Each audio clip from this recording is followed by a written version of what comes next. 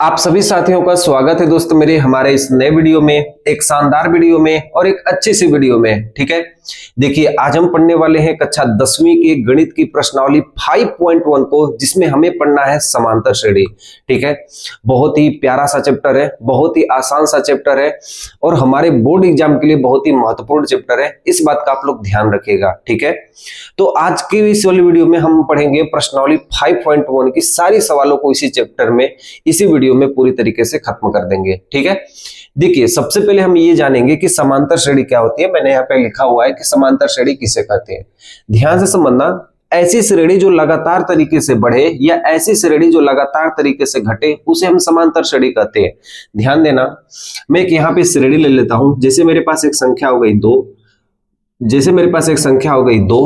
ठीक है, जैसे मेरे पास एक संख्या हो गई 2 में हम 2 जोड़ेंगे तो 4 में 2 जोड़ेंगे तो 6 में 2 जोड़ेंगे तो 8 में 2 जोड़ेंगे तो 10। ऐसे ही श्रेणी चलती हुई चली जाएगी। ठीक है, देखिए एक और श्रेणी ले लेता हूं जो समान तरीके से घट रही है। ये श्रेणी हमारी बढ़ रही है, एक श्रेणी हमारी घट रही है। देखना ध्यान से, मैंने एक संख्या ले लिया 10 में 3 घटा देंगे तो 7 में से 3 घटा देंगे तो 4 में से 3 घटा देंगे तो 1 में से 3 घटा देंगे तो -2, और ये भी श्रेणी हमारी चलती हुई चली जाएगी। तो हम कह सकते हैं कि ऐसी श्रेणी जो लगातार तरीके से बढ़े या लगातार तरीके से घटे उसे हम समांतर श्रेणी कहते हैं। उसे हम कौन सा श्रेणी कहते हैं? समांतर श्रेणी कहते हैं। इस बात का आप लोग ध्यान दीजिएगा। ठीक है, आप यहाँ पे लिख देना, जो समांतर श्रेणी होती है उसे अर्थमेटिक प्रोग्रेशन कहते हैं, या इसे एपी में शॉर्टकट में नाम से जानते हैं। दूसरी बात मेरे भाई मेरे दोस्त ध्यान से समझना, जो समांतर श्रेणी होती है ना, इसमें जो आगे वाला पद दिखाई देता है ना, इस आगे वाले पद को हम लोग कहते हैं, इसे ए से प्रदर्शित करते हैं। ठीक है, इस ए का मतलब होता है फर्स्ट टर्म। इस ए को हम कहते हैं फर्स्ट टर्म। फर्स्ट टर्म मतलब इस ए को हम लोग कहते हैं, इसको हम लोग कहते हैं पहला पद। इसको हम लोग क्या कहते हैं? पहला पद। तो ये हमारा कौन सा पद हो गया? पहला पद। ठीक है, इस वाले पद को हम लोग कहेंगे पहला पद। ये 4 हमारा कौन सा हो गया? दूसरा पद। ये 6 हमारा कौन सा हो गया? तीसरा पद। ये 8 हमारा कौन सा हो गया? चौथा पद। ये 10 हमारा कौन सा हो गया? पांचवा पद। इसी तरह डॉट डॉट डॉट डॉट हमारे पास जो अंतिम पद होगा उसे हम कहेंगे एनवां पद।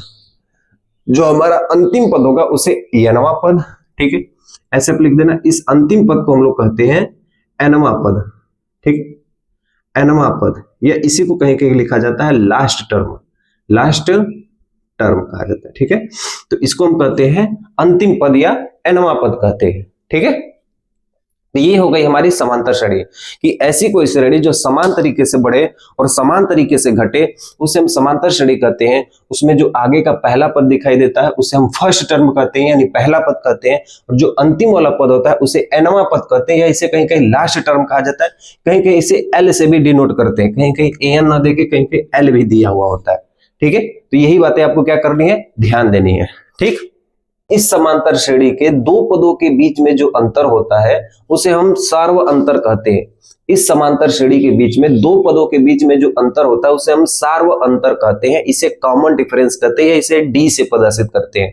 तो आपको देखिए प्यार से क्या लिखना है, आपको लिखना है ऐसे प्यार से कि मुझे डी का मान चाहिए, मुझे सार्व अंतर का मान चाहिए। इसी डी को हम लोग कहते हैं सार्व अंतर। ठीक है, इसी डी को हम लोग कहते हैं सार्व अंतर। ठीक है, या इसको हम कॉमन डिफरेंस कहते हैं। ठीक है, इसको हम क्या कहते हैं? कॉमन डिफरेंस कहते हैं, DIFFERENCE। ठीक है, इस डी का मान यदि हमको चाहिए तो हम A2 में से A1 को घटा देंगे तो भी हमें डी का मान निकल जाएगा। हम A3 में से A2 को घटा देंगे तो भी हमारा मान निकल जाएगा। हम A4 में से A3 का भी मान घटा देंगे, हम A4 में से A3 का भी मान घटा देंगे तो भी हमें डी का मान निकल जाएगा। मतलब 4 में से 2 घटा देंगे, 4 में से 2 घटा देंगे तो जो हमारा कॉमन डिफरेंस होगा वो मेरे पास निकल के आ गया, 2 निकल के आ गया। मतलब 2 एक ऐसी संख्या है जो सभी जगह जोड़ी गई है। 2 में 2 जोड़ेंगे तो 4 में 2 जोड़ेंगे तो 6 में 2 जोड़ेंगे तो 8 में 2 जोड़ेंगे तो 10। तो आपको यही 2 बातें ध्यान रखनी है और आपका यहां से पूरा का पूरा सवाल, आपकी पूरी जितनी कंसेप्ट वाइज सवाल है वो आपकी बन जाएंगी। मैं आपको कुछ फार्मूले भी बताता हूं जो फार्मूले यूज होने वाली है। ठीक है, ध्यान देना। तो 2 में क्या जोड़ेंगे कि 5 हो जाए? 3। 5 में क्या जोड़े कि 8 हो जाए? 3। 8 में क्या जोड़े कि 11 हो जाए? 3। 11 में क्या जोड़े कि 14 हो जाए? 3। तो जो हमारा सार्व अंतर होता है वो बराबर होता है, तभी हमारी वो समांतर श्रेणी कहलाती है। ये जो सार्व अंतर है ना, ये जब तक बराबर नहीं होगा तब तक ये समांतर श्रेणी नहीं कहलाएगी। ये बराबर होना चाहिए, तभी ये हमारी समांतर श्रेणी बराबर होगी। ठीक है, आपको मैं यहाँ पे दे रहा हूं, ध्यान से देखना। आपको यहाँ पे मैं एक एपी सीरीज दे रहा हूं, ठीक है। वो हो गया 5, 11, 16, 21, 27, 21 और 26 डॉट डॉट डॉट, और आपको मैं लास्ट डिजिट दे देता हूं 56। ठीक है, आप इसमें से सारे लोग बता दोगे कि इसमें कौन कौन से पद है। आपसे मैं इस वाले पद में पूछूं कि पहला पद कौन सा है, तो ये जो आपको दिख रहा है ना, ये हमारा पहला पद है। ये हमारा कौन सा पद है? प्रथम पद या पहला पद है। ठीक है, आपसे मैं पूछूं कि इसमें डिफरेंस क्या है, इस श्रेणी में डिफरेंस क्या है, इस श्रेणी का जो सार्व अंतर क्या है, तो वो जो सार्व अंतर है वो A2 माइनस A1 है। ठीक है मेरे भाई, इस वाले मान को हम लोग A1 कहेंगे, इसको हम A2 कहेंगे, इसको हम कहेंगे A3, इसको A4, इसको हम A5 कहेंगे। तो जो सार्व अंतर होगा वो 2 में से 1 को घटा देंगे, यानी 11 में से 5 को घटा देंगे, तो हमारे पास कितना निकल के आएगा? 6 निकल के आएगा। ठीक है, और ये जो लास्ट में आपको टर्म दिखाई दे रहा है, ये सबसे अंतिम टर्म है, यानी nवां टर्म है। ठीक है, nth टर्म इसे कहते हैं, सबसे अंतिम पद इसे कहते हैं। तो ऐसे ऐसे क्वेश्चंस आपको दिए जाएंगे, ऐसे ऐसे पूछे जाएंगे।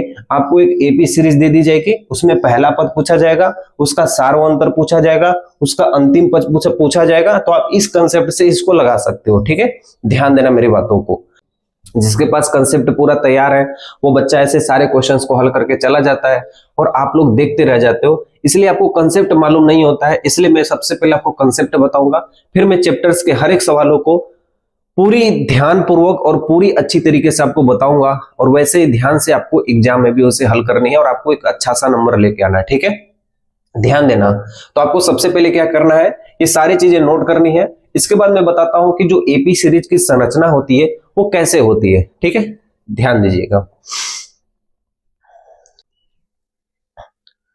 ठीक है, ध्यान देना। अब हम लोग सीखने वाले हैं कि एपी सीरीज की संरचना कैसे होती है, कोई भी समांतर श्रेणी किस रूप में लिखी गई होती है उसकी मैं बात कर रहा हूं। ठीक है, तो ध्यान से देखना, एपी श्रेणी की संरचना कैसे कोई हमारी एपी सीरीज होती है उसकी मैं बातें आपको बता रहा हूं। ठीक है, ध्यान से देखना।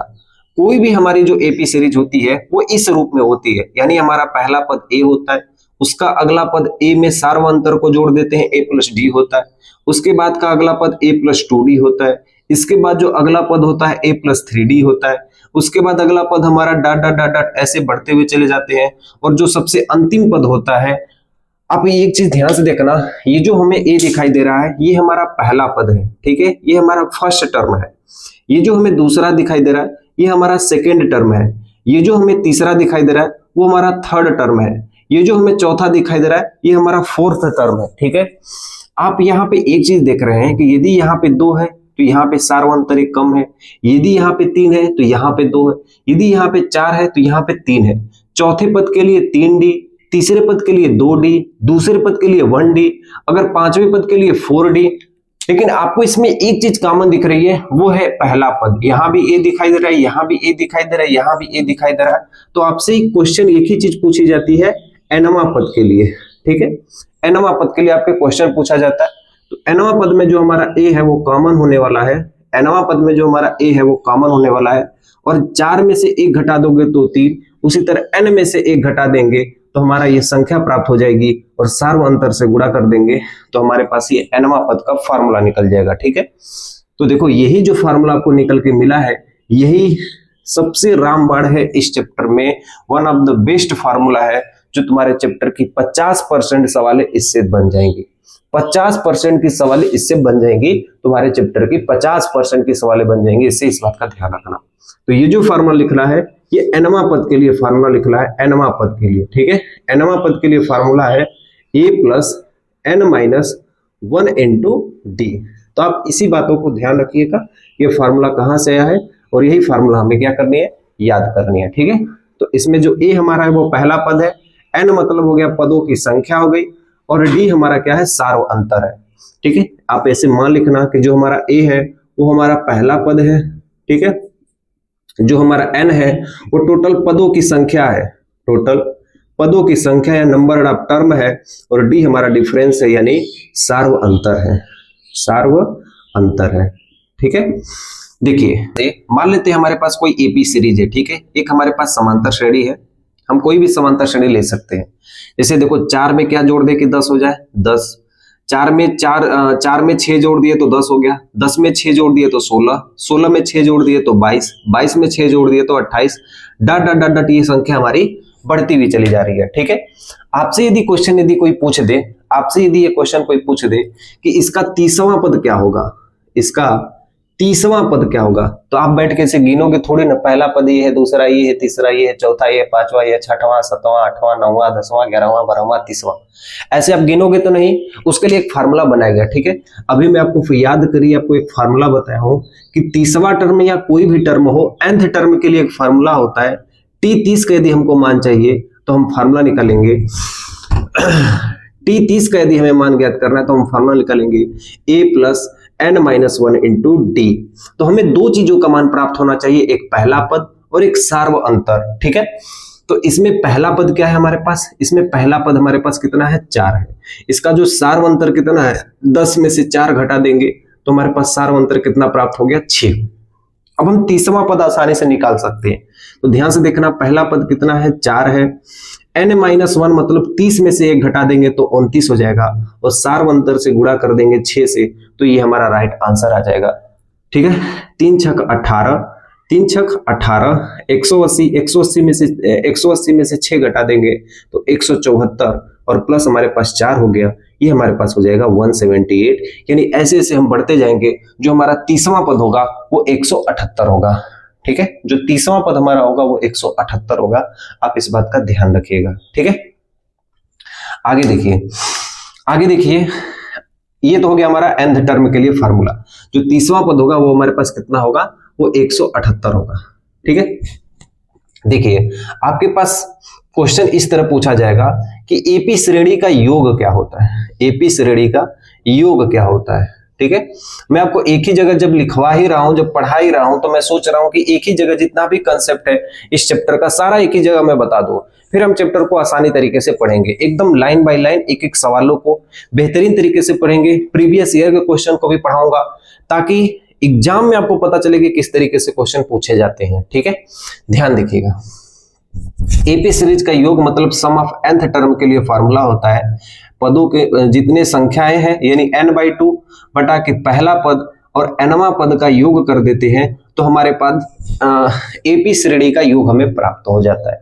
ठीक है, अगली चीज ध्यान से देखिए, इसी फार्मूले को कहीं कहीं इस तरह आपके बुक में लिखा होगा n/2, इस पहले पद लिख दिए, और nवां पद का फार्मूला हमें पता ही है, वो होता है a plus n-1 into D.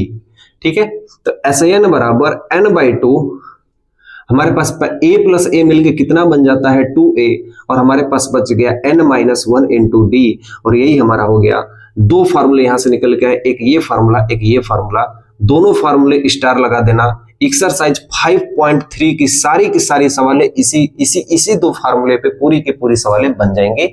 आप ध्यान देना, जब आप मेरे से एक्सरसाइज 5.3 पढ़ोगे तो इसी दो फार्मूले पे पूरी की पूरी उस चैप्टर की सवाल लग जाएंगी, एक्सरसाइज 5.3 की, और 5.2 की इस पर सवाल पूरी बन जाएगी। तो हमने एक ही पूरे कंसेप्ट में सारी चैप्टर्स के कंसेप्ट को सीख लिया है। बस हम पढ़ना है तो हमें सिर्फ क्या पढ़ना है, प्रश्नावली को पढ़ना है। ध्यान से देखना, हम एक एक चीज को समझेंगे। देखो, अगर आपसे कोई कह दिया कि दो पदों का योग कितना होगा, मैं इन दोनों पदों का योग निकाल के दिखाता हूं। ठीक है, तो यहां पे हम लिखेंगे SN के जगह कितने पद को हमें योग निकालना है, दो पदों का। ठीक है, कितने पद का निकालना है, दो पदों का, 2 बटा के 2 कर देंगे। ठीक है, पहला पद हमारे पास कितना है, 4 है, प्लस है तो प्लस लगा देंगे, और जो अंतिम पद है वो कितना है, 10 है, तो हम ऐसे 10 लिख देंगे। ये पहला पद है, ये अंतिम पद है, हम दो पदों का निकाल रहे हैं, 4 और 10 का।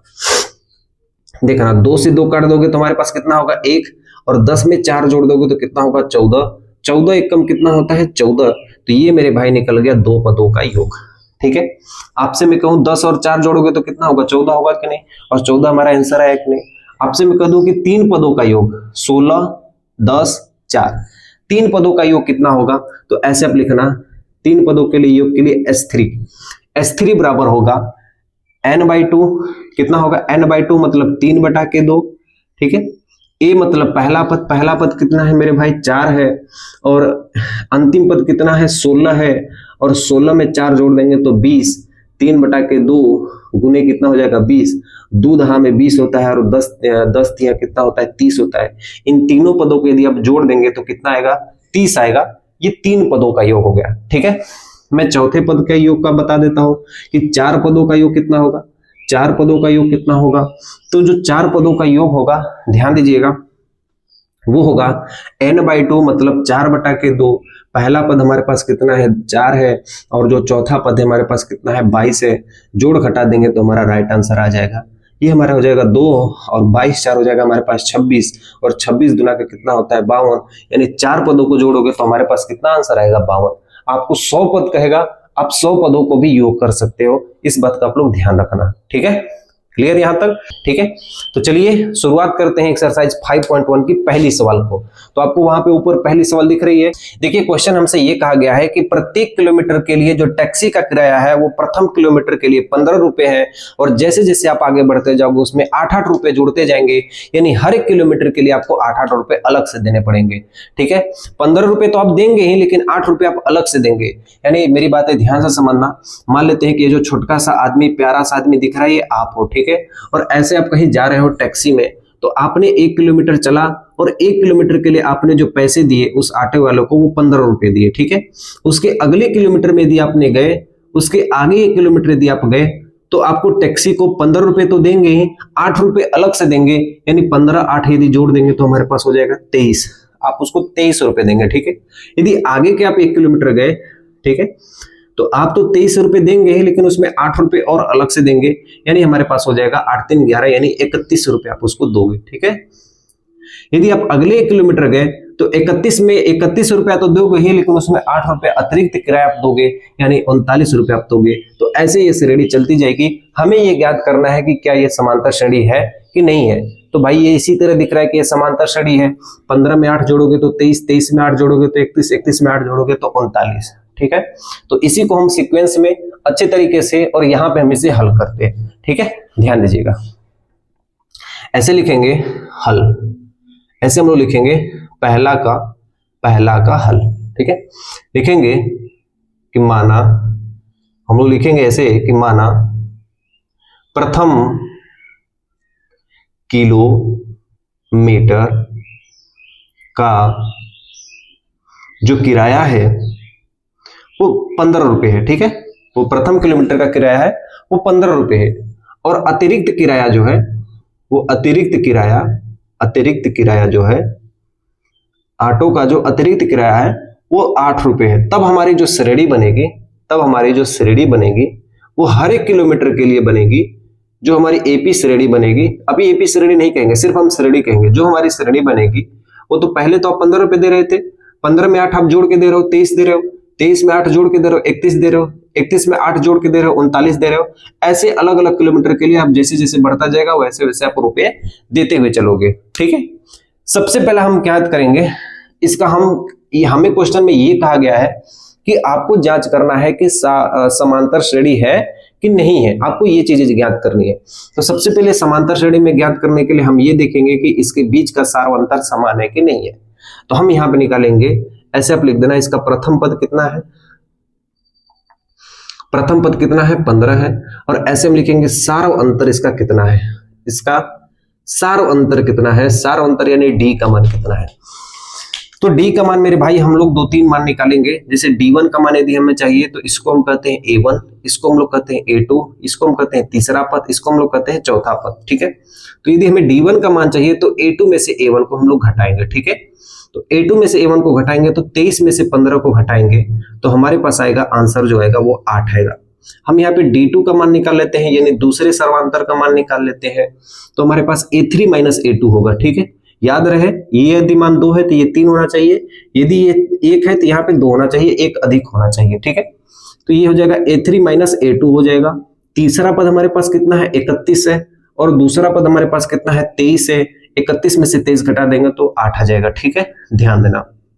यदि हमें D3 का मान चाहिए, तीसरे वाले पद का मान चाहिए, तीसरे सार्वंतर का मान चाहिए, तो हम यहां से करेंगे A4 माइनस A3 कर देंगे। चौथा पद मेरे पास 39 है, तीसरा पद मेरे पास 31 है, घटा दोगे तो मेरे पास क्या है, सर्वांतर समान आया। यदि सर्वांतर समान आता है तो इसका मतलब यह एपी सीरीज है। ठीक है, ऐसे आपको प्यारा सा चीज लिखना है, अतः सभी जगह, ऐसे लिखना है आपको, अतः सभी जगह, कारण हमको बताना पड़ेगा ना कि क्वेश्चन में हमें कहा है तो उसका कारण भी हमको लिखना होगा। अतः सभी जगह, ऐसे लिखना, अतः सभी जगह सार्व अंतर समान है, सार्व अंतर समान है, इसलिए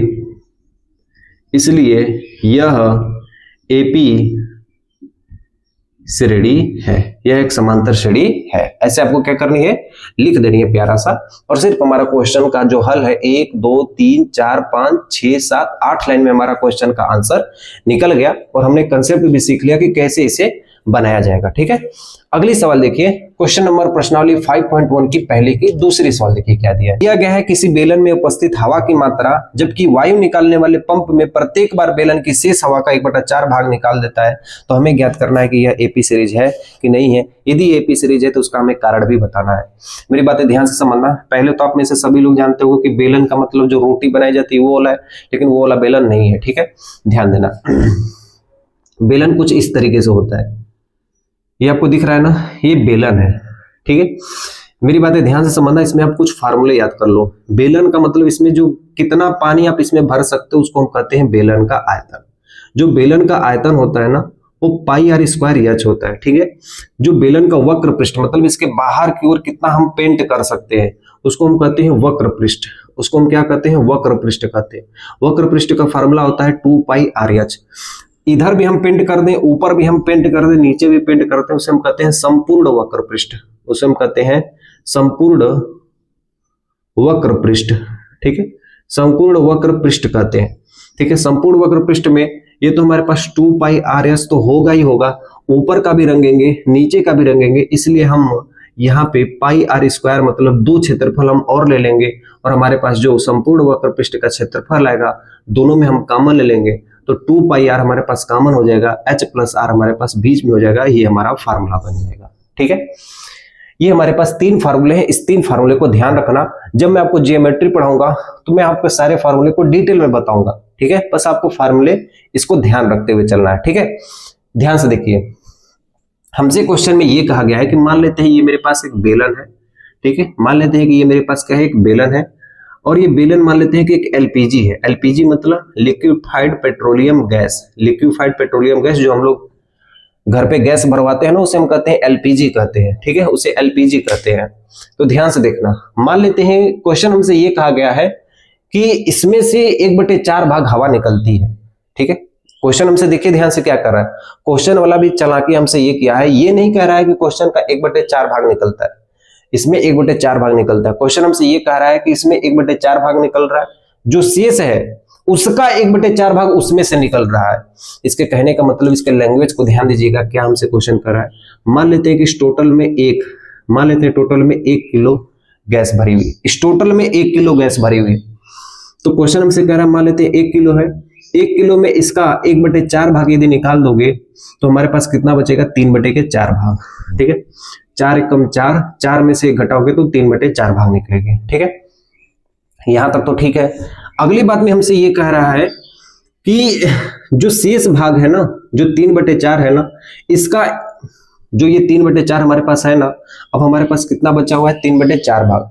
क्वेश्चन हमसे ये कह रहा है कि 3/4 का 1/4 भाग निकलेगा, जितना शेष है उसका 1/4 भाग निकलेगा।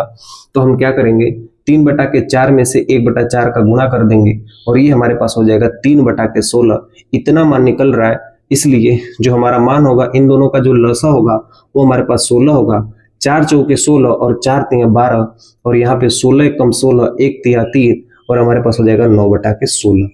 ठीक है, 9/16। ऐसे ऐसे देखो मान निकलेंगे और ऐसे ऐसे श्रेणी में हमें बनाना है और उसे सार्वंतर ज्ञात करना है। तो हम एक ही बार सवाल को हल करते हैं और यहाँ पे हम लिखेंगे कि माना, ठीक है, माना बेलन में उपस्थित हवा की मात्रा, बेलन में उपस्थित हवा की मात्रा है वह 1 है। वह कितना है? 1 है। ठीक है, वो कितना है? 1 है। 1 kg भी लिख सकते हो या 1 लिख सकते हो। ठीक है, ध्यान देना इस बात को। ऐसे हम लिख देते हैं श्रेणी। ऐसे हम क्या लिख देते हैं? श्रेणी। तो श्रेणी में पहला पद कितना है? 1 है। और हम यहां पे लिखेंगे कि प्रत्येक बार बेलन का 1/4 भाग, प्रत्येक बार बेलन का 1/4 भाग बाहर निकालने पर, कहां निकालने पर? बाहर निकालने पर। ठीक है, बाहर निकालने पर। ठीक है, इस बात का आप लोग ध्यान रखिएगा। तो सबसे पहले हम क्या करेंगे? पहला पद हमारे पास कितना हो गया? 1 हो गया। देखो टर्म हमारा पहला कितना है? 1 है। पहला बार में 1 किलो था। दूसरा बार में हमने क्या किया कि इसमें से 1/4 भाग यदि हम निकाल देंगे तो 4 एकम 4, 4 में से 1 गया तो हमारे पास कितना भाग बचा? 3/4। तो जो हमारा दूसरा पद होगा वो कितना होगा? 3/4 होगा। तीसरा पद हमारे पास क्या होगा? तीसरा टर्म क्या होगा? 3/4 भाग तो हमारे पास शेष है। 3/4 भाग तो हमारे पास शेष है। इसका 1/4 भाग निकलेगा, यानी 3/4 का 1/4 भाग निकलेगा, यानी 3/16 भाग निकल जाएगा। तो हम 3/16 भाग निकालेंगे। तो आपको पता है कि ऐसे सवालों को कैसे हल किया जाता है। या तो आप ऐसे तिरिया गुणा कर दो, या तो इसका लसा ले लो। तो लसा कितना होगा? 16। 4 चौके 16 और 4 तिया कितना होता है? 12। 16 कम 16 और यहाँ पे हो जाएगा 3। हमारे पास आएगा 9/16। तो ये जो तीसरा पद होगा वो कितना होगा? 9/16। ठीक है, अगला पद देखिए क्या होगा। जो हमारा अगला पद होगा, देखो शेष हमारे पास कितना बचा हुआ है? 9/16। तो हम 9/16 निकाल देंगे। लेकिन 9/16 का 1/4 गुना, 9/16 का 1/4 गुना निकलेगा। तो 9/4 चौके 16 गुना निकल जाएगा। इसलिए 9 हम क्या लिख देंगे? शेष भाग का 1/4 भाग। देखो यहाँ पे 9/16 है और इसका 1/4 भाग निकलेगा। तो हमारे पास जो आएगा 9/16 चौके कितना होगा? 64 होगा। इसलिए हम लिखेंगे 9 हम कितना लिख देंगे? 64 लिख देंगे। ठीक है, दोनों का जो एलसीएम होगा वो हमारे पास 64 होगा। 16 चौके 64, 4 9 कितना होता है? 36। 64 एकम 64, 1 9 9 और 36 में से 9 घटा देंगे तो 27/64 आ जाएगा। तो ये हमारे पास आएगा, ये 27/64 आ जाएगा। ठीक है, आपको इतनी बातें समझ में आई? देखो फिर से एक बार ध्यान से समझना। क्वेश्चन हमसे ये कह रहा है कि बेलन में 1/4 भाग निकल रहा है, लेकिन शेष भाग का 1/4 भाग निकल रहा है। ये भी पॉइंट आप लोग ध्यान रखिएगा। तो हमने 1/4 भाग यहां से निकाला तो 3/4 आ गया। 3/4 का 1/4 भाग निकलेगा, इसका 1/4 भाग निकालेंगे तो हमारे पास 9/16 आएगा। शेष भाग का 1/4 भाग निकालेंगे तो हमारे पास आएगा 27/64 आएगा। आप इस बात का ध्यान रखिएगा। ठीक है, अब हमें यही ज्ञात करना है कि ये सार्वंतर है कि नहीं है। ठीक है, ध्यान देना। इसको मैं यहाँ पे इरेज कर देता हूं। अब मेरी बातें ध्यान से देखना। ठीक है, अब हम यहाँ पे ज्ञात करेंगे सार्व अंतर। क्या ज्ञात करेंगे? सार्व अंतर। सार्व अंतर हम ऐसे ज्ञात करेंगे, डी का मान ज्ञात करेंगे। तो डी का मान ज्ञात करेंगे तो a2 - a1 लिखेंगे। ठीक है, और हमारे पास a2 का मान कितना है मेरे भाई? 3/4 है। a1 का मान 1 है। इसको घटा देंगे तो 4 एकम 4, 4 में से 3 जाएगा तो -1/4 हो जाएगा। ठीक है, जो हमारे पास अगला सर्वांतर होगा वो हमारे पास होगा a3 - a2 होगा। और हम a3 में से a2 को घटा देते हैं, यानी 9/16 में से 3/4 को घटा देते हैं। 9/16 में से 3/4 को घटा देते हैं। एलसीएम इसका 16 आएगा। 16 कम 16, 1 9 9, 4 चौके 16, 4 3 12 आ जाएगा हमारे पास 3/12। मतलब ये दोनों सर्वांतर समान नहीं है। अगर ये सर्वांतर समान नहीं है तो ये एपी सीरीज नहीं है। इसलिए हम यहाँ पे लिखेंगे, देखो ध्यान से, ऐसे हम लिखेंगे कि अतः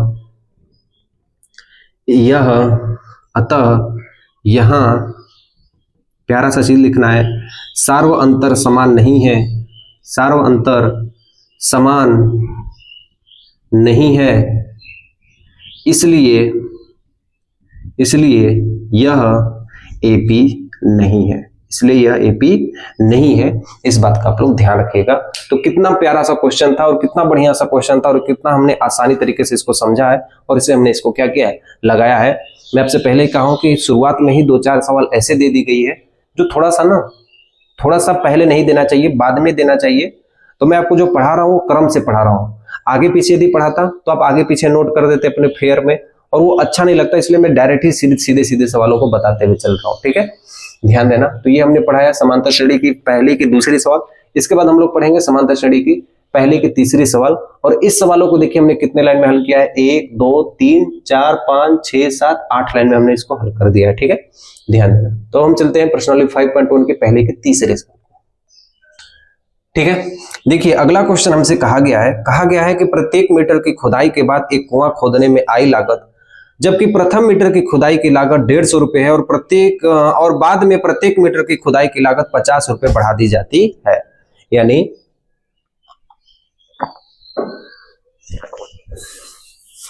हमसे क्वेश्चन ये कह रहा है कि कोई ये कुआं है, कुआं खोदा जा रहा है, 1 मीटर तक खोदा जा रहा है तो 150 रुपए, अगर 2 मीटर तक खोदता है तो उसे 250 रुपए देना पड़ेगा। इस बात का आप लोग ध्यान देना। जैसे देखिए यहाँ पे मान लेते हैं ये कुआं है हमारे पास, इतना बड़ा सा कुआं है। ठीक है, एक मान लेते हैं कोई मजदूर है। ठीक है, वो 1 मीटर तक खनता है, 1 मीटर तक इस कुएं की गहराई को खनता है, इतना मान लो वो खनता है। ठीक है, इतना के लिए वो 150 रुपए लेता है। ठीक है, इतना के लिए वो इतना खनता है, उसके लिए 150 रुपए लेता है। उसके बाद यदि 1 मीटर और ये खनता है ना, उसके बाद मान लो ये 1 मीटर और खनता है तो इसके लिए वो 150 रुपए तो यहां लिया, और यहां के लिए इतने दूरी के लिए वो 250 रुपए लेता है। ठीक है, अरे 50 रुपए ज्यादा लेगा, यानी 200 रुपए लेगा। ठीक है, इसके बाद यदि 1 मीटर खनेगा तो उसके लिए वो 250 रुपए लेगा। उसके बाद 1 मीटर यदि खनेगा तो इसके लिए ये 300 रुपए लेगा। मतलब 50 रुपए 50 रुपए 50 रुपए इसके बढ़ते जाएंगे जैसे जैसे वो मीटर बढ़ता जाएगा, जितना वो गहरा खनता जाएगा 1-1 मीटर का पैसा बढ़ता जाएगा। ठीक है, ध्यान देना। मेरे संग आप लिखना कि कुएं के पहले मीटर की खुदाई की लागत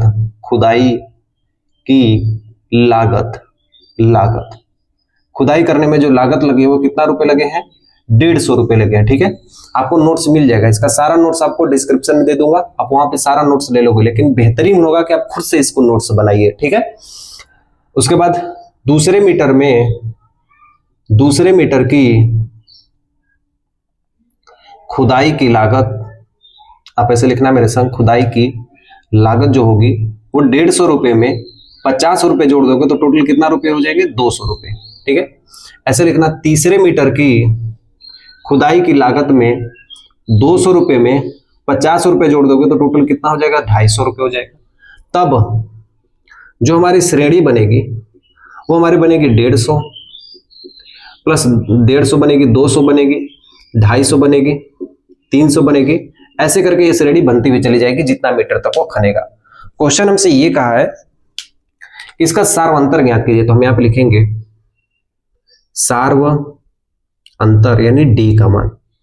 तो हम पहला मान डी का निकालते हैं, और आपको पता ही है कि इसको हम कहते हैं पहला पद, इसको हम कहते हैं दूसरा पद, इसको हम कहते हैं तीसरा पद, इसको हम कहते हैं चौथा पद। तो सार्व अंतर निकालने के लिए हम क्या करेंगे, यहाँ पे लिखेंगे, सबको पता है कि a2 माइनस a1 कर देंगे, यानी 200 में से हम 150 को घटा देंगे तो मेरे पास कितना रुपए आएगा, 50 रुपए आएगा।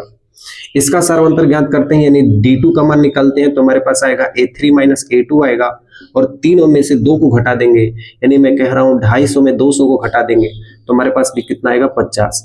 इसी तरह हम d3 का मान निकालेंगे तो a4 माइनस a3 होगा, और चौथे का मान कितना है, 300 है, और 300 में हम 250 को निकाल लेंगे तो हमारे पास बचेगा 50 रुपए। ठीक है, तो यहाँ पे सभी जगह सार्वंतर समान है, इसलिए हम लिखेंगे एक प्यारा सा चीज लिखेंगे कि अतः सार्व अंतर समान है, इसलिए यह एक एपी श्रेणी है, यह एक एपी श्रेणी है। इस बात का आप लोग ध्यान रखिएगा। ठीक है, इस बात का आप लोग ध्यान रखिएगा। तो ये सबसे आसान सा क्वेश्चन था, और इसको हमने सबसे सुंदर तरीके से हमने क्या किया, हल किया है। ये कुएं वाली चीज थी, तो एग्जाम में ऐसा आएगा तो आप इसे छोड़ना नहीं। आपको ये भी ध्यान देना है कि 1 मीटर की गहराई के लिए 150 रुपए, अगला मीटर खनता है तो 200 रुपए, अगला मीटर खनता है तो 250 रुपए, अगला मीटर खनता है तो 300 रुपए। इसी के अनुसार हमें अपनी पूरी सवाली क्या करनी है, लगानी है। ठीक है, देखिए अगला क्वेश्चन देखिए, प्रश्नावली 5.1 की पहली की चौथी सवाल में दिया है, देखिए अगला क्वेश्चन हमसे दिया है कि खाते में प्रत्येक वर्ष का मिश्र धन जबकि 10,000 की राशि का 8% वार्षिक की दर से चक्रवृद्धि ब्याज पर जमा की जाती है।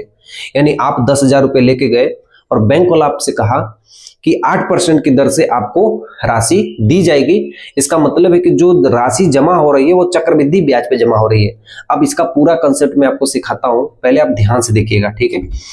आपसे कोई कहे कि साधारण ब्याज पे पैसा देना है तो आप तुरंत कह दीजिएगा ठीक है हम दे देंगे।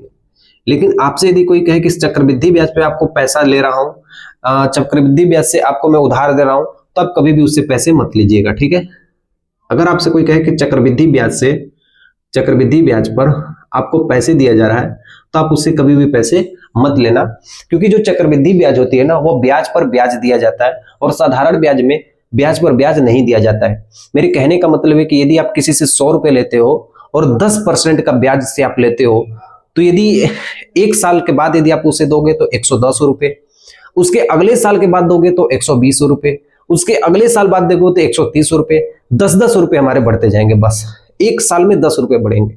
लेकिन यदि चक्रवृद्धि ब्याज से यदि आप उसको पैसे लिए हो तो 100 रुपए यदि आप किसी से लिए हो तो वो हो जाएगा 110 रुपए अगले साल में, उसके अगले साल में 121 रुपए, उसके अगले साल में 133 रुपए, तो आपका बढ़ता हुआ इनकम चला जाएगा, ठीक है। आपको मैं ये कंसेप्ट सिखाता हूं कैसे। सबसे पहले ध्यान से देखना, अगर मान लो आपके पास 100 रुपए है और आपके पास किसी ने ब्याज लगा के दिया है 10% का और समय आपके पास 1 साल का दिया है, ठीक है। 1 साल का नहीं, आप मान लेते हैं 10 साल के लिए। आप कितने साल के लिए? 10 साल के लिए। और चक्रवृद्धि ब्याज के लिए आपको कोई 100 रुपए दिया है और रेट कितना है? 10% है और आपको यहाँ पे समय कितना दिया है? 10 साल के लिए। आप दोनों में ध्यान से देखना, जो साधारण ब्याज का फार्मूला लगता है ना, वो साधारण ब्याज यानी सिंपल इंटरेस्ट का जो फार्मूला लगता है वो P into R into T अपान 100, ठीक है। PRT बटा के 100, आप बस इतना ही ध्यान रखना, इससे ज्यादा आप कुछ नहीं ध्यान रखना। P का मतलब मूलधन हमारे पास कितना है? 100, रेट हमारे पास कितना है? 10 और समय हमारे पास कितना है? 10 बटा के हम क्या कर देंगे? 100 से 100 काट देंगे तो 10 दहा में 100, यानी 100 रुपए तो हमने उससे लिया था, 100 रुपए ये हो गए। टोटल हम उसको कितना रुपए देंगे? टोटल उसको रुपए देंगे हम 200 रुपए। 100 रुपए हमने उससे लिया था, 100 रुपए हमारा ब्याज हो गया, 100 और 100 मिलके कितना हो गए? 200 रुपए हो गए। तो हमें उस व्यक्ति को 10 साल के बाद 200 रुपए देना होंगे। मतलब मेरी बातें ध्यान से समझना, आपसे मैं यदि 100 रुपए लिया हूं, 10 साल के बाद मुझे देना होगा सिंपल इंटरेस्ट पे 10% के ब्याज से, तो मैं आपको 200 रुपए दूंगा, ठीक है। लेकिन वही देखिए चक्रवृद्धि ब्याज में क्या होता है, कितना रुपए देना पड़ेगा। चक्रवृद्धि ब्याज का फॉर्मूला होता है A बराबर P1 + R/100 होल के पावर n, ये फार्मूला होता है, ठीक है। तो चक्रवृद्धि ब्याज A बराबर P का मान कितना है मेरे भाई? 100 है और 1 + R/100 होल के पावर n मतलब ध्यान समझना 1 है, प्लस रेट हमारे पास कितना है? 10 बटा के क्या हो जाएगा? 100 होल के पावर कितना हो जाएगा? n का मतलब समय कितना दिया है? समय हमारे पास दिया है 10 साल। देखो 1 0 से 1 0 कट जाएगा कि नहीं? बोलोगे हाँ।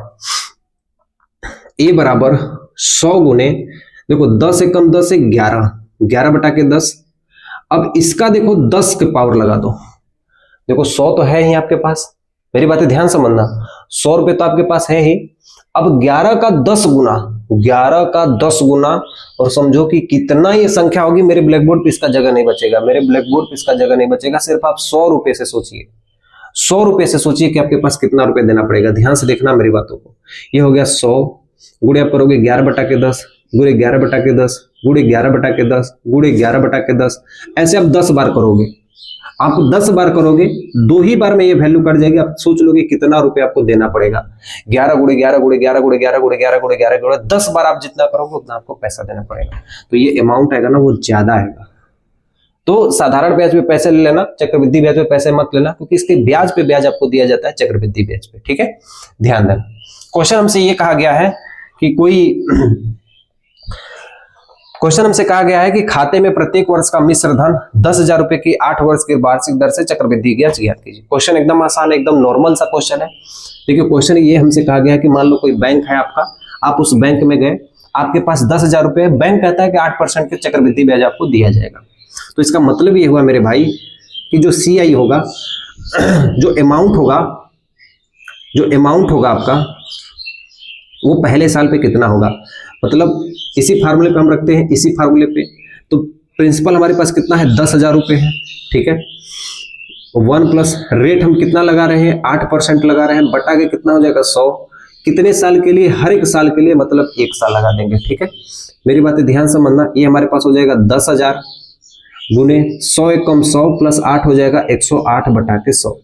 ध्यान से देखना, इसको मैंने किया है 100 एकम 100, 100 में 8 जोड़ेंगे तो 108 बटा के 100, 2 जीरो से 2 जीरो कट जाएगी, और देखो 108 का गुणा यदि इसमें करेंगे तो 108, और हमारे पास हो जाएगा 10,800 रुपये हो जाएंगे। मेरे पास कितना हो जाएगा, 10,800 रुपये हो जाएंगे, ठीक है। तो ये जो हमारे पास राशि आई है, ये पहले साल में बैंक हमको देगा। अब हम इसी के लगे हम दूसरे साल का बैंक में देख लेते हैं, ठीक है। ध्यान से बस मेरी बातों को समझना। तो ये हमारे पास ए हो जाएगा, ए बराबर फार्मूला होता है प्रिंसिपल। प्रिंसिपल हमारे पास कितना है, हमारे पास जो बैंक में पैसा था 10,000, हमने अब इसको कितने साल के लिए रख रहे हैं, 2 साल के लिए रख रहे हैं, तो बैंक हमें कितना देगा, ध्यान समझना। 1 प्लस 8/100 कितने साल के लिए हम रख रहे हैं, 2 साल के लिए, ठीक है। देखना, तो ए बराबर हमारे पास हो जाएगा 10,000 गुणे 100 एकम 100 108 बटा के 100, स्क्वायर है मतलब 2 बार 108 बटा के 100 हम कर देंगे, ठीक है। देखो डबल जीरो से डबल जीरो कट जाएंगे, ये डबल जीरो से डबल जीरो कट जाएंगे, हमारे पास बचेगा 108 का 108, 108 का 108 वर्क करने देंगे तो 11,664 हमारे पास आएगा। आप बोलोगे भैया कि 108 का वर्ग आप इतना जल्दी कैसे कर दिए, ध्यान से मेरी बातें समझना। 108 का वर्ग करना बहुत ही आसान है। सबसे पहले देखो 10 का वर्ग लिख दो, कितना होता है 100, 8 का वर्ग कितना होता है 64, ठीक है। अब इन सबका गुणा कर दो, 10 8 80, 80 गुना के 160, और मैंने क्या किया कि 160 यहाँ पे जोड़ दिया और हमारे पास आ गया 11,664, जो कि मैंने यहाँ पे लिखा है, ठीक। तो ये स्क्वायर की ट्रिक होती है, ठीक है, ध्यान से देखना। अब हमें ज्ञात करना है कि क्या ये जो पैसा है ये समांतर श्रेणी में मिल रहा है कि नहीं मिल रहा है। तो ऐसे ही दिख रहा है कि समांतर श्रेणी में नहीं मिल रहा है, तो इसको हम लिखेंगे, ठीक है, इसको हम हल करेंगे। हम यहाँ पे ऐसे हल में लिखेंगे कि माना पहले वर्ष खाते में जो राशि है, खाते में जो राशि है वो कितना हमने लेके गया था बैंक में, 10,000 रुपये लेके गया था, ठीक है। पहले वर्ष खाते में राशि कितना है, 10,000 रुपये है। और यहाँ पे हम क्वेश्चन में दिया गया है कि चक्रवृद्धि ब्याज की जो दर है, चक्रवृद्धि ब्याज की जो दर है वो 8% है। चक्रवृद्धि ब्याज की जो दर है वो हमारे पास कितना है, 8% है, ठीक है। अब हम ध्यान से देखना, यहाँ पे हम लिखेंगे अगले वर्ष की राशि, अगले वर्ष की राशि यानी अमाउंट जो हमारे पास होगी वो हम सेम फार्मूला लगा देंगे, ए बराबर P 1 प्लस R/100 होल के पावर n। मतलब अगले साल का मतलब पहले साल में हमारे पास कितना था, 10,000 था, 1 प्लस 8 बटा के 100 कर देंगे और कितना पावर में कर देंगे, 1 कर देंगे, तो हमारे पास कितना हो जाएगा 10,000। 100 एकम 100 प्लस कितना हो जाएगा 108 बटा के 100, और एक बार का मतलब एक ही बार हम इसका क्या करेंगे, गुना करेंगे, 2 जीरो से 2 जीरो कट जाएगा, हमारे पास आंसर आएगा 10,800, ठीक है। अब हम यहाँ पे लिखेंगे कि दूसरे वर्ष, ये पहला हो गया, हाँ दूसरे वर्ष की राशि, दूसरे वर्ष की जो राशि होगी यानी जो अमाउंट होगी वो अमाउंट अब क्या होगा, अब तो सबको पता हो गया कि ए बराबर P 1 प्लस R/100। अब हम दूसरे वर्ष के लिए यहाँ पे कितना डाल देंगे, 2 डाल देंगे, ठीक है। तो प्रिंसिपल हमारे पास कितना था, हमने 10,000 रुपये लेके गया था, 1 प्लस कितना का रेट लगा था, 8% का रेट लगा था, कितने साल के लिए, 2 साल के लिए, तो हमारे पास हो जाएगा 10,000, ठीक है। और ये कितना हो जाएगा 108 बटा के 100 पूरे 108 बटा के 100, ठीक है। ये डबल जीरो से डबल जीरो 2 बार में 4 जीरो खट जाएगा, 108 का स्क्वायर कर देंगे तो 11,664 आ जाएगा। और हमें अब ज्ञात करना है कि क्या ये समांतर श्रेणी है कि नहीं है। ये दिख रहा है, क्या ये समांतर श्रेणी है कि नहीं है। तो मेरी बातें ध्यान समझना, मैं यहाँ पे श्रेणी लिख देता हूँ। अतः जो हमारी श्रेणी बनेगी ना वो पहले साल में कितनी थी, वो पहले साल में हमारे पास कितना था, 10,000 था। दूसरे साल में कितना था, 10,800 था। तीसरे साल में कितना था, 11,664 था। तो ऐसे ये राशि क्या हो रही है, बढ़ती हुई चली जा रही है। अब मेरी बातें ध्यान से समझना, ठीक है। अब हम निकालते हैं सार्व अंतर। क्या निकालते हैं हम लोग, सार्व अंतर निकालते हैं डी का मान। तो हम D1 का मान चाहेंगे तो A2 में से A1 को घटा देंगे, यानी 10,800 में से 10,000 घटा दोगे तो कितना मान आ जाएगा, 10,800 में से 10,000 घटा देंगे तो हमारे पास कितना मान आएगा, 800 मान आएगा।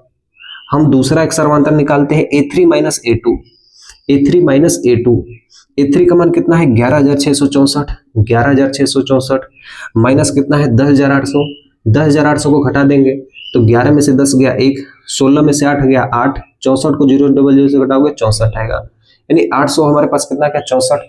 सर्वांतर बराबर है, सर्वांतर बराबर नहीं है, तो इसलिए हम यहाँ से प्यारा से एक चीज लिख देंगे कि अतः सर्वांतर बराबर नहीं है, इसलिए यह समांतर श्रेणी नहीं है। यहीं पर देखो ये हमारे चैप्टर की जो सबसे बड़ी बड़ी सवालें थी वो मैंने आपको चारों के चारों सवालें बता दी है। इतने ही लाइन में हमें क्या करना है, इसको हल करना है। ये मैं आपको तरीका बताया हूँ, ठीक है, इसको हल नहीं करना है, इसको आपको हल नहीं करना है, इसको हल करना है, ठीक है, ध्यान देना इस बात का। तब हम लोग चलते हैं प्रश्नावली 5.1 की दूसरी सवाल की ओर। देखिए दूसरे सवाल में क्या दिया है।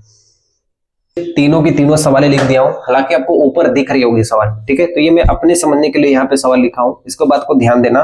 क्वेश्चन हमसे कहा गया है कि दी हुई एपी सीरीज के प्रथम 4 पद लिखिए, जबकि पहला पद ए है और सर्वांतर हमारे पास कितना है डी है, तो हमें इसके आगे के 4 पद लिखना है, ठीक है। तो हम कौन सा पद निकाल सकते हैं, हम दूसरा पद निकाल सकते हैं, तीसरा पद निकाल सकते हैं, चौथा पद निकाल सकते हैं। तो मेरे संग आप भी निकालना। ये हमारे पास पहला पद पहले से ही दिया है तो हम दूसरा पद निकालेंगे। दूसरा पद के लिए फार्मूला होता है a plus n minus 1 into D. आगे हम फार्मूला डायरेक्ट लिखेंगे, ठीक है। तो दूसरा पद के लिए हमारे पास a प्लस 2 में से 1 घटा देंगे तो 1, ऐसे मान लिख देते हैं। पहला पद हमारे पास कितना है 10 प्लस n माइनस 1, मतलब 2 में से 1 को हम घटा देंगे और सार्वंतर कितना है हमारे पास 10 है, और हम इसको लिख देंगे 10 प्लस 2 में से 1 घटाएंगे तो 1 का 10 में गुना करेंगे तो 10 उधर से जोड़ देंगे तो हमारे पास कितना हो जाएगा 20 हो जाएगा। तो जो दूसरा पद होगा हमारे पास कितना होगा 20 होगा, ठीक है। देखना जो हमारे पास तीसरा पद होगा हम डायरेक्ट फार्मूला लिख सकते हैं a प्लस 2d होगा, ठीक है। पहला पद हमारे पास 10 है, 2 गुने सार्वंतर हमारे पास कितना है 10 है, 10 दुना के 20, 20 कितना 20 10 30 कितना होगा 30 होगा, ठीक है। अब हम यहां से हम तीसरा पद निकाल सकते हैं और चौथा पद निकाल सकते हैं a प्लस 4 है तो यहाँ पे होगा 3d, ठीक है। तो a का मान कितना है 10 और 3 गुणे d का मान भी कितना है 10, 10 3 30, 10 कितना हो जाएगा 40, और ये हमारे पद हो गए दूसरा तीसरा चौथा। अतः वह जो एपी सीरीज होगी, जो एपी श्रेणी होगी वो हमारी क्या होगी, वो एपी श्रेणी होगी। हमारे पास पहला पद हमारे पास 10 है, दूसरा पद हमारे पास 20 है, तीसरा पद हमारे पास 30 है और चौथा पद हमारे पास 40 है। तो हमें 4 पद क्वेश्चन में कहा गया है तो हम 4 ही पद निकालेंगे, ठीक है। कुछ ऐसे बच्चे होते हैं जिनको सवाल यदि आ गए तो 5 6 7 8 भी लगाते हैं, लेकिन क्वेश्चन जितना हमसे कहा है हम उतना ही लगाएंगे, क्यों हम ज्यादा लगाने की कोशिश करेंगे, ठीक है। नेक्स्ट सवाल देखना, आपको ये सवाल दी गई है, ठीक है। यहां से यदि आप a2 का मान ज्ञात करोगे तो यहाँ पे लिखोगे a प्लस डी लिखोगे, ठीक है। पहला पद कितना है हमारे पास -2 है, सार्वंतर कितना है 0 है, तो हमारे पास पद कितना आएगा -2। हमारे पास a3 यदि ज्ञात करना है तो हम लिखेंगे a प्लस 2d लिखेंगे, ठीक है। तो पहला पद हमारे पास कितना है -2 है, 2 गुणे सार्वंतर कितना है 0 है, इसलिए 2 में 0 का गुणा करेंगे तो 0 हो जाएगा, हमारे पास बचेगा -2। अच्छा हमारे पास a4 का मान कितना होगा a प्लस 3d लिखेंगे। पहला पद हमारे पास कितना है -2 है, 3 में किसका गुणा कर देंगे 0 का, तो इसका भी मान कितना आएगा -2। तो हम यहाँ पे लिखेंगे जो एपी श्रेणी हमारी होगी वो हमारे पास होगी -2 -2 -2 -2, ठीक है। देखिए नेक्स्ट सवाल हमारे पास दिया है, तीसरी सवाल आपको होमवर्क में दी गई है। तीसरे सवाल यदि आपको ऊपर दिख रहे तो मैं आपको होमवर्क में दिया हूं, उसका प्रयास करना आप लोग एक बार, ठीक है। प्रयास यदि नहीं होती है तो डिस्क्रिप्शन में मेरे हाथ से बनाया गया नोट से आप वहां पे देखना, आपको समझ में आ जाएगी। जो आसान सवाल होंगे मैं आपको छोड़ दूंगा, ठीक है। जो जितने भी कठिन सवाल है वो मैं आपको बताऊंगा, मुझे पता है, मैं सवालों को लगाया हूं तो मुझे पता है कौन सी सवाल कठिन है, ठीक है। a2 का मान होगा a प्लस डी होगा, ठीक है। ध्यान से देखना, तो a का मान कितना है हमारे पास -1 है, d का मान हमारे पास कितना है 1/2, जोड़ देंगे तो हमारे पास कितना होगा 1/2। कैसे मैंने जोड़ा है ये भी ध्यान से देखना, 2 1 कम 2, कैसे मैं जोड़ा हूं 2 1 कम 2, 2 1 कम 2, -2 में +1 जोड़ो, -2 में +1 जोड़ोगे तो -1/2 आ जाएगा। एक बार फिर से देखो, मैं ध्यान से अच्छे से हल करता हूं। 2 एकम कितना होता है -2 + 1/2, तो -2 में 1 जोड़ोगे तो -1/2 आ जाएगा, ठीक है। नेक्स्ट देखिए, हम a3 का मान निकालेंगे तो हम लिखेंगे a प्लस 2d लिखेंगे, ठीक है। पहला पद हमारे पास कितना है -1, 2 इंटू सार्वंतर कितना है हमारे पास 1/2 है, ठीक है, तो देखो 2 से 2 कट जाएगा और हमारे पास अगला पद होगा वो -1 होगा। ठीक है, -1 + 1 होगा, इक्वल टू क्या हो जाएगा 0 होगा। यहाँ पे देखो -1 तो ये है और यहाँ पे +1 ये हमारे पास ये है। अब -1 + 1 बना के क्या बन जाएगा हमारे पास 0 बन जाएगा। ठीक है, नेक्स्ट देखिए हमारे पास अगली सवाल है A4 का मान निकालने के हम लिखेंगे A + 3D। तो पहला पद हमारे पास कितना है -1 है प्लस 3 गुणे जो सार्वंतर है हमारे पास कितना है 1/2 है, तो हम लिखेंगे 2 एकम कितना होता है -2 प्लस ये हमारे पास हो जाएगा 3/2। ठीक है, -2 एकम 2 हो जाएगा और ये हमारे पास हो जाएगा 3/2। हल कर देंगे तो हमारे पास 1/2 आएगा। तो जो हमारी श्रेणी होगी वो -1/2, 0 और 1/2 होगी। इस बात का आप लोग ध्यान रखिएगा। ठीक है, ये हमारी श्रेणी हो गई समांतर श्रेणी की। मैंने आपको कौन सी सवाल बताई है, दूसरी की पहली बताइए, दूसरी की दूसरी बताइए, दूसरी की चौथी बताइए। एक सवाल और है दूसरी की 5वीं सवाल है, वो भी मैं बता देता हूं। वो भी सवाल थोड़ी सी कठिन है, ज्यादा नहीं है, थोड़ी सी है। कोई भी सवाल गणित में कठिन नहीं होती है, वो अपना अपना लगाने का तरीका होता है। लेकिन मैंने सवालों को लगाया है तो मैं आपको वो सोच रहा हूं कि वो सवाल आपको बता ही दूं। दूसरी की 5वीं सवाल देखिए,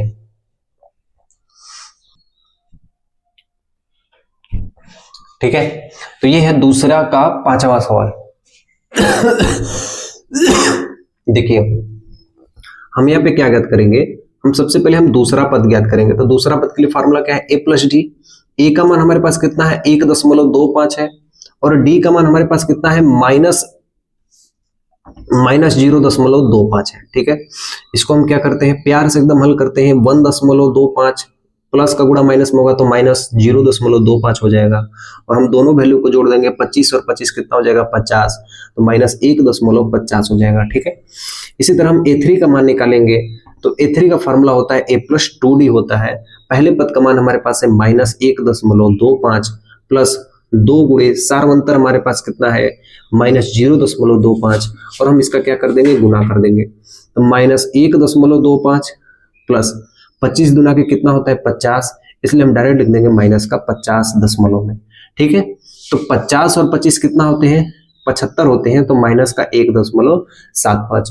उसी तरह हम निकाल देंगे A3 का मान, A4 का मान निकालेंगे। तो A4 का मान होता है A + 3D और पहला पद हमारे पास कितना है -1.25 प्लस 3 गुणे सार्वंतर कितना है -0.25। यहां से हम गुना कर देंगे तो -1.25 और ये माइनस हो जाएगा 25 या 75 यानी 0.75 हमारे पास आ जाएगा। और यदि हम इसको सारे को जोड़ देंगे तो -75 में 25 जोड़ देंगे तो ये हो जाएगा 100 और हमारे पास हो जाएगा ये है -200। ठीक है, तो वो जो हमारी श्रेणी होगी, जो AP श्रेणी हमारे पास होगी वो हमारे पास होगी -1.50, वो हमारे पास होगी -1.75 और जो हमारी तीसरी होगी वो -2.00 और एक और श्रेणी है, पहली वाली श्रेणी है -1.25। तो ये हमारी AP श्रेणी बन गई। ठीक है, ध्यान दीजिएगा। अगला सवाल देखिए कि दिया है, तीसरा सवाल देखिए, निम्नलिखित में से प्रत्येक AP का प्रथम पद और सार्वंतर ज्ञात कीजिए। तो ये तो सवाल भाई एकदम एकदम एकदम कहे ना कि सबसे आसान। ठीक है, इस चैप्टर के सबसे आसान सवाल मैं मानता हूं कि ये है। अब हमारे लिए आसान हो गई है कि पहला पद सामने दिख रहा है, पहला पद दिख रहा है, सबका पहला पद दिख रहा है और आपको एक चीज करनी है, सार्वंतर ज्ञात करनी है। पीछे वाले में से आगे वाले को क्या करना है घटा देना है, आपका सार्वंतर आपके सामने होगा। ठीक है, तो चौथी सवाल देखिए दिया है कि निम्नलिखित में से कौन सा AP सीरीज है। यदि AP है तो इसका सार्वंतर ज्ञात कीजिए और उसके 3 और पद लिखिए। तो हम चौथी सवाल को डायरेक्ट लगाते हैं, 2 के बाद हम लोग चौथी सवाल लगाते हैं। तीसरे सवाल आपको प्रैक्टिस करनी है। ठीक है, प्रैक्टिस कर लेनी है, आपको वहां से समझ में आ जाएगा। चौथी सवाल मैं आपको बताता हूँ। देखिए चौथी सवाल क्या दिया, देखिए ये है प्रश्नावली 5.1 की चौथी की पहली सवाल है। चौथी की पहली सवाल है। ठीक है, यही सवाल यदि हमें डायरेक्ट दिया जाता तो हम इस सवाल को नहीं लगा पाते, लेकिन अब हम इस सवालों को लगा पाएंगे। कैसे भैया, ध्यान से देखना। इसको हम डायरेक्ट सीक्वेंस में लगाते हैं, तरीके से लगाते हैं। जिस तरीके से लगाया जाता है मैं उस तरीके से आपको लगा के दिखाता हूँ। ठीक है, सबसे पहले आपको क्या करना है, मेरे संग ऐसे हल लिखना है। ठीक है, आप यहाँ पे लिखना पहला पद जो इसका है, इसका जो पहला पद है यानी ये पहला पद का मान कितना दिया हमारे पास, कितना दिया है 2 दिया है। ठीक है, पहला पद का मान कितना दिया है 2 दिया है। अब हमें ज्ञात करना है सार्वअंतर। क्वेश्चन हमसे पूछा है कि यदि समांतर श्रेणी है तो उसके आगे के 3 पद और लिखिए, इसके आगे के 3 पद और लिखिए, तो सार्व अंतर हम ज्ञात करेंगे। सार्व अंतर यानी हम लोग डी का मान ज्ञात करेंगे। तो सार्व अंतर यदि हम ज्ञात करेंगे तो 2 3 हम डी का मान ज्ञात कर लेते हैं, ठीक है। तो पहला डी का मान यदि हम ज्ञात करेंगे तो a2 माइनस a1 करेंगे। a2 मतलब 4 में से 2 को हम घटाएंगे तो हमारे पास कितना आंसर आएगा, 2 आएगा। दूसरा सार्व अंतर हम ज्ञात करते हैं d2 का मान, तो हमारे पास आएगा a3 माइनस a2, और जो तीसरा पद है वो हमारे पास 8 है, और जो दूसरा पद है हमारे पास 4 है। और जैसे ही हमारा सर्वांतर अलग हो गया, हम लिखेंगे यहाँ से एक प्यारा सा चीज लिखेंगे कि अतः हमारा सर्वांतर समान नहीं है। ऐसे आपको देखो लिखना है हर जगह, ठीक है। कहीं कहीं मैं छोड़ दूंगा तो आपको ये नीचे लिखना है, सब में लिखना है, अतः सर्वांतर समान नहीं है समान नहीं है, इसलिए यह एपी श्रेणी नहीं है, ठीक है। आपको ये प्यारा सा लिख देना है कि अतः सर्वांतर समान नहीं है, इसलिए यह एपी सीरीज नहीं है। इतना ही लिख देने के बाद जब एपी सीरीज नहीं है तो आगे के पद को हम कैसे ज्ञात करें। ये तो गुणोत्तर श्रेणी है, ये तो समांतर श्रेणी है ही नहीं, तो हम 3 पद क्यों निकाले। अगले क्वेश्चन को देखिए ध्यान से, इसको भी उसी तरह हल करेंगे। ऐसे मेरे संग लिखना पहला पद, ठीक है। ऐसे लिखना आप लोग मेरे संग पहला पद। पहला पद ए का मान जो दिया है वो कितना दिया है, 2 दिया है, ठीक है। जो इसका सार्व अंतर है, यानी जो डी का मान है, पहले हम d1 का मान निकाल लेते हैं। तो a2 माइनस a1 होगा। a2 मतलब 5/2 में से 2 हम घटा देंगे तो हमारे पास कितना आएगा, 2 दूना के 4, 5 में से 2 दूना के 4, 5 में से 4 घटाएंगे तो 1/2 आएगा, ठीक है। ध्यान देना हम सर्वांतर d2 ज्ञात करते हैं तो वो होगा a3 माइनस a2 होगा। a3 हमारे पास क्या है, हमारे पास तीसरा पद हमारे पास 3 है, और a2 मतलब 5/2 है, ठीक है। तो 2 3 6, 6 में से 5 घटा दोगे तो 1/2 आएगा।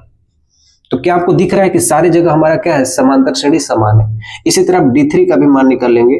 जो d3 का मान होगा, ठीक है, जो d3 का मान होगा वो a4 माइनस a3 होगा, ठीक है। a4 का मान कितना है, 7/2, और माइनस हम इसमें कर देंगे 3, तो देखो 2 3 6, 7 में से 6 घटेगा 1/2। तो यहाँ पे हम लिखेंगे कि अतः, सारे जगह में ये लिखना है, ठीक है, सारे जगह में लिखना है, लिखेंगे अतः सार्व अंतर समान है, अतः सार्व अंतर समान है, इसलिए यह एपी श्रेणी है। क्वेश्चन हमसे देखो पूछा क्या है, क्वेश्चन हमसे ये पूछा है कि यदि सार्वंतर समान है तो आगे के 3 पद ज्ञात कीजिए। ये आगे के हमको कितने पद ज्ञात कीजिए, 3 पद ज्ञात कीजिए। तो 1 2 3 4 पद ज्ञात है, हमें 5वां पद ज्ञात करना है। तो ऐसे हम लिखेंगे कि जो हमारा 5वां पद होगा उसको हम लिखेंगे a + 4d, फार्मूला में क्या, हमें 6वां पद ज्ञात करना है, ठीक है। 6वां पद के लिए फार्मूला क्या होगा, a + 5d, और 7वां पद के लिए हमारे पास फार्मूला होगा a + 6d, ठीक है। इस फार्मूले से हम पूरा हल कर सकते हैं। देखना पहला पद हमारे पास कितना है, 2 + 4 गुणे सार्वंतर हमारे पास कितना है, 1/2, 2 से 2 काट देंगे तो ये 2 बार में कटेगा, 2 2 कितना हो जाएगा, 4 हो जाएगा, यानी ये वाला पद हमारे पास क्या होगा, 4, ठीक है। ए का मतलब हो गया हमारे पास पहला पद कितना है, 2 + 5 गुणे सार्वंतर का मान कितना है, 1/2, 2 दूना के 4 + 5/2, ऐसे कर देंगे तो हमारे पास कितना आएगा, 9/2, यानी ये वाला मान कितना आएगा, 9/2, ठीक है। उसी तरह इसका मान निकालेंगे तो पहला पद का मान 2 है, 6 गुणे डी का मान हो जाएगा 1/2, 2 3 6, 3 2 कितना होता है, 5, यानी अगला पद हो जाएगा 5, और यही हमारा होगा तीनों राइट आंसर होगा, ठीक है। यही हमारा होगा राइट आंसर। हमने इसको 1 2 3 4 5 6 7 8 ही लाइन में सुंदर तरीके से हमने इसको क्या कर दिए, हल कर दिए, ठीक है। तो आप इस बात का ध्यान देना। आगे की सवाल मैं बता रहा हूं, हाँ जो आसान सवाल होगी मैं आपको खुद ही कहूंगा कि आप इस सवाल को लगा पाओगे, इसलिए मैं नेक्स्ट सवाल करके चला जाऊंगा, ठीक है। जो सवाल आसान होगी उसको मैं बताऊंगा, नहीं बताऊंगा, जो सवाल कठिन होगी उसको मैं बताते हुए चलूंगा, ठीक है। तो इसमें के सारे सवाल मैं बताते हुए ही चलूंगा, ठीक है, ध्यान देना। देखिए आगे के सवालों में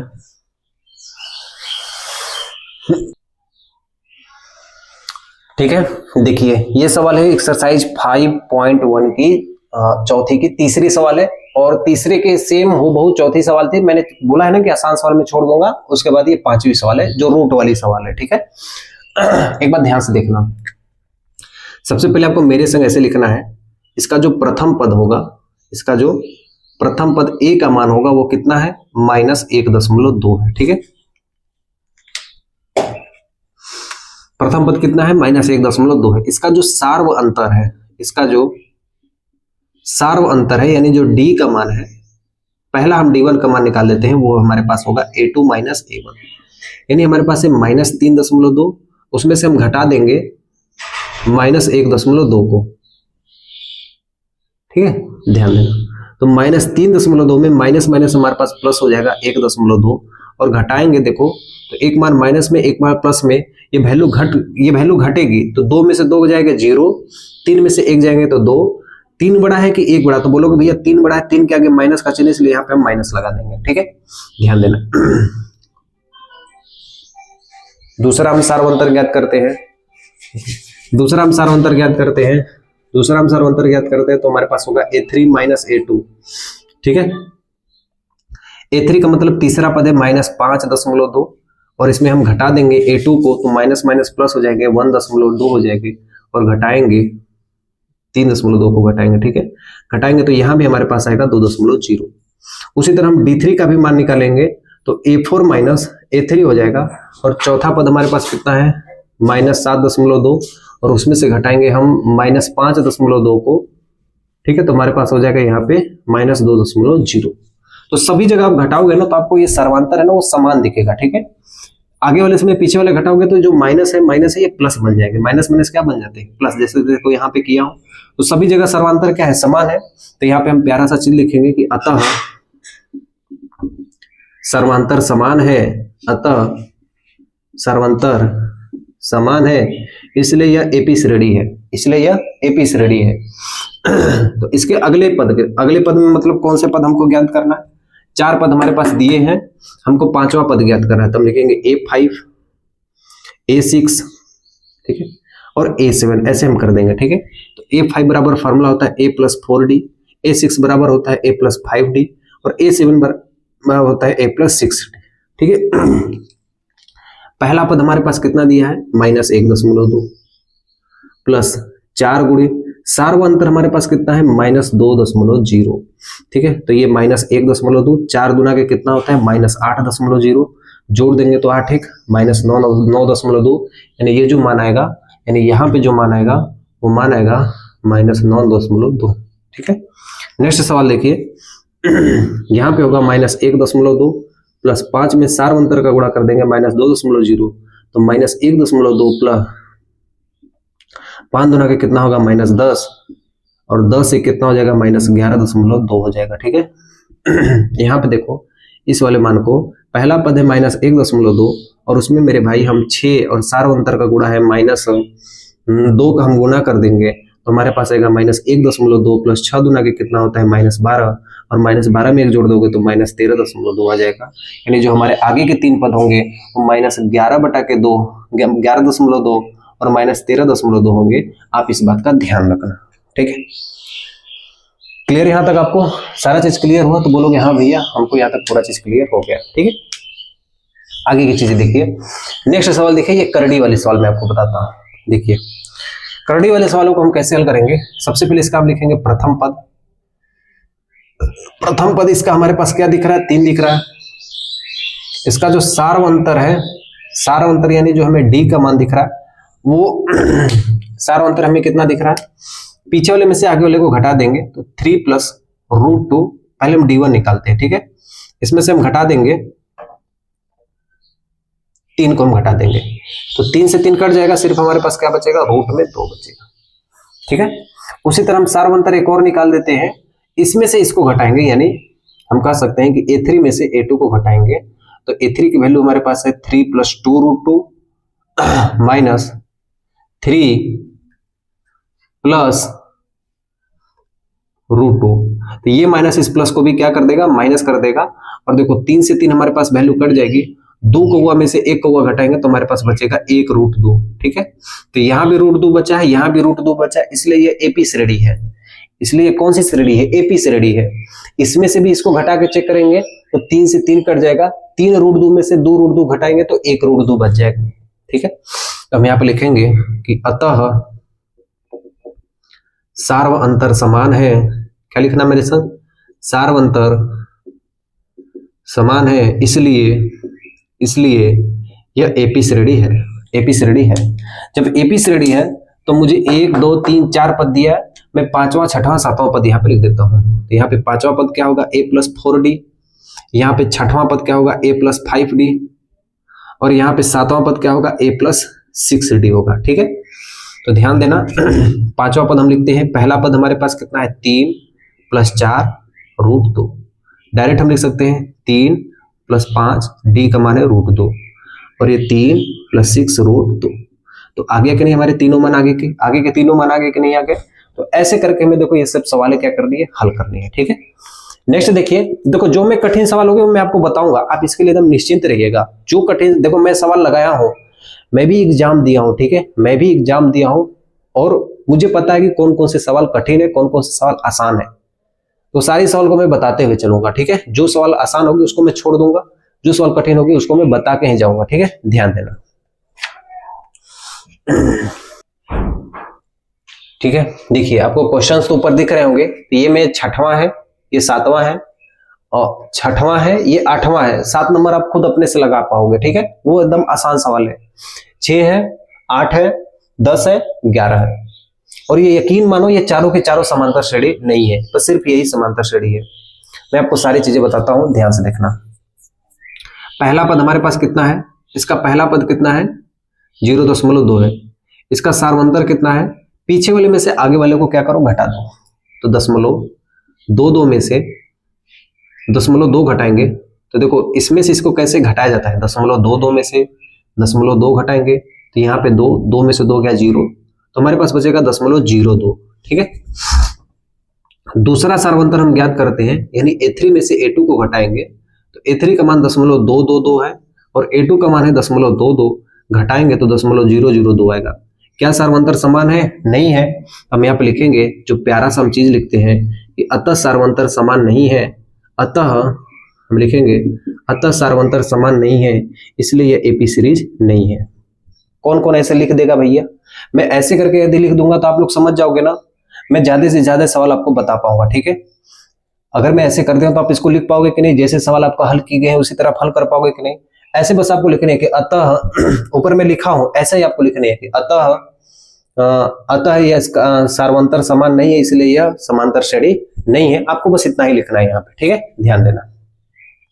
देखो ऐसी सवाल जब आती है जिसमें सभी संख्याएं बराबर होती है ना, तो उसके आगे वाले भी संख्याएं क्या होती हैं, बराबर होती है, क्योंकि इसका सर्वांतर 0 होगा, इसका डिफरेंस क्या होगा, 0 होगा। जब इसका डिफरेंस ही भाई साहब 0 होगा तो आगे वाली संख्या भी वही होगी।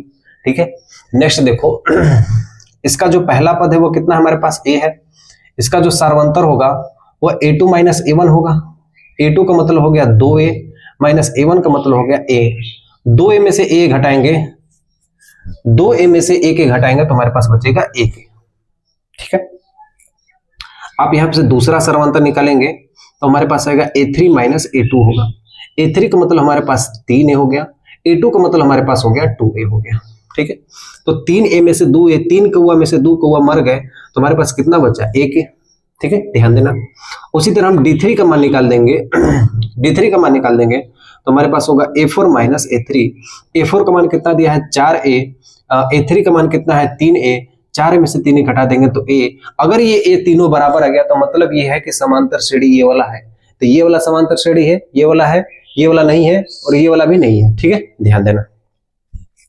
यदि इसका समांतर श्रेणी है तो आगे के 3 पद क्या होंगे, आगे के 3 पद जो होंगे, a5 का मान निकालना होगा तो a + 4d लिख देंगे, a6 का मान निकालना होगा तो a + 5d लिख देंगे, a7 का मान निकालना होगा तो a + 6d लिख देंगे। ठीक है, मान रखेंगे और हमारा तुरंत आंसर आ जाएगा। ध्यान देना, 1 2 3 मान निकलना है। तो पहला पद हमारे पास कितना है a, 4 गुणे d का मान भी कितना है a, 4a में a के जोड़ देंगे तो कितना होगा 5a।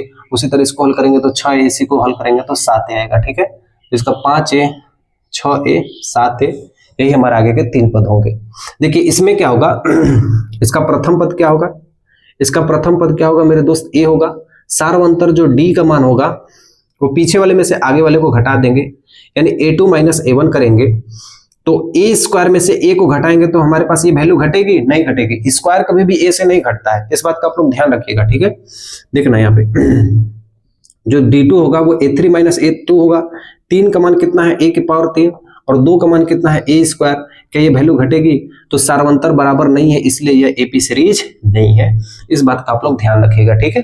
तो हमने देखो यहाँ पे 6 नंबर, 7 नंबर, 10 नंबर और 11 नंबर के सवालों को हमने यहाँ पे आपको छोटे तरीके से बताया हूं। तरीका आपका यही है, हल आप उसी तरीके से करोगे जिससे इससे पहले मैं आपको सवाल बताया हूं, ठीक है। आपको ये सब लिखना पड़ेगा, आपको यहाँ पे सारी चीज क्या करना है, लिखना पड़ेगा, ठीक है, ध्यान देना, ठीक है। देखिए ये सब रूट वाली सवालें हैं, ठीक है।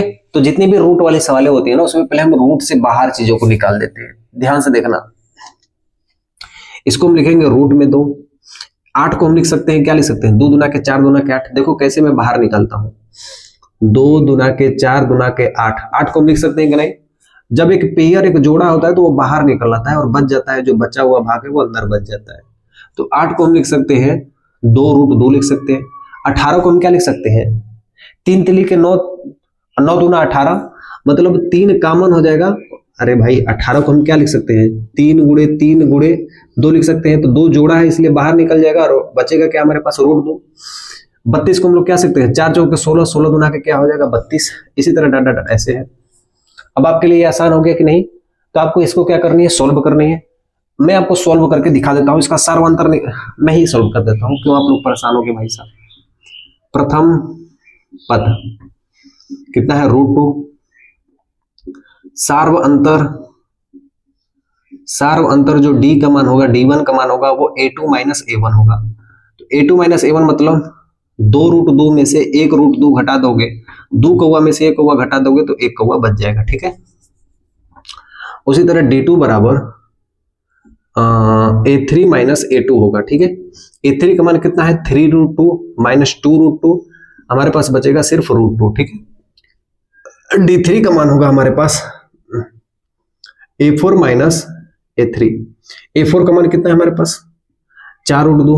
a3 का मान कितना है, 3 रूट 2, घटा देंगे तो हमारे पास कितना बचेगा, रूट 2। अगर ये सर्वांतर समान है तो हम लिखेंगे अतः सार्व अंतर समान है,